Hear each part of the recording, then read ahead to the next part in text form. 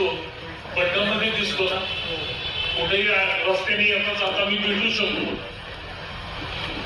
असेच आमचे नगरसेवक आहेत की जे नगरसेवक आता तुम्हाला आडी अडचणीला फलटण शहरात कुठलाही प्रश्न असेल फलटणमध्ये, आणि नगरपालिकेकडनं काय लोकांची अपेक्षा असतात की रस्ता बिन खड्ड्याचा मिळावा, जिथं लाईट नसेल तिथं लाईट मिळावी, पाणी वेळेवर यावं आणि कचऱ्याची गाडी सकाळी लवकर वेळेवर यावी आणि कचरा घेऊन जावी आणि रस्त्याच्या कडेची जी काही गटर आहे ती वेळेच्या वेळी साफ व्हावी. एवढ्या साध्या अपेक्षा आहेत.